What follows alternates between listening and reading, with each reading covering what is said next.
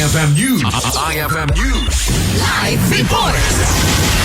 Impanakel, ti Municipal Disaster Risk Reduction and Management Officer, iti ti pasukin ani Mr. Enrico Natoza, ti magabgapuan da akas bilang first responder nga opisina iti gobyerno iti ti pasukin.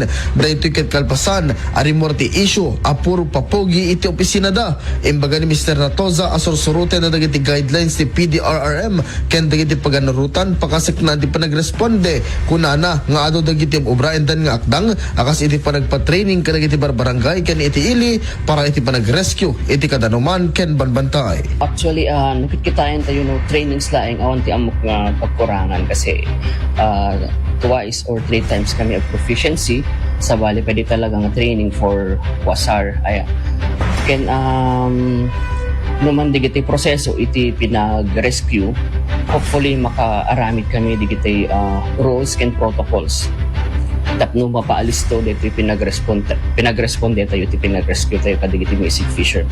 Ti issue ket nag-focus kadagiti mangalap a mapukpukaw ngem kunana nga adon dagiti pa magbagada ken akdang da tapno may salbar dagitoy a mangalap. Kita yung met idi December yata you were there idi nakipag-dialogue tayo kadigiti fisherman dito'y Davila kaya't damit nga karoon iti kaslang municipal ordinance regarding iti digitay do's and don'ts para ti pinagkalap kung digitay hana dapat nga aramiden kung digitay dapat nga aramiden sakbay nga makanagkalap dito yung tao.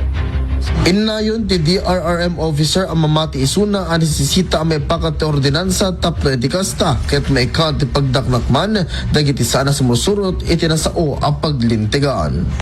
Para iti IFM News, Idol Lawrence Martinez, Tatak, RMN.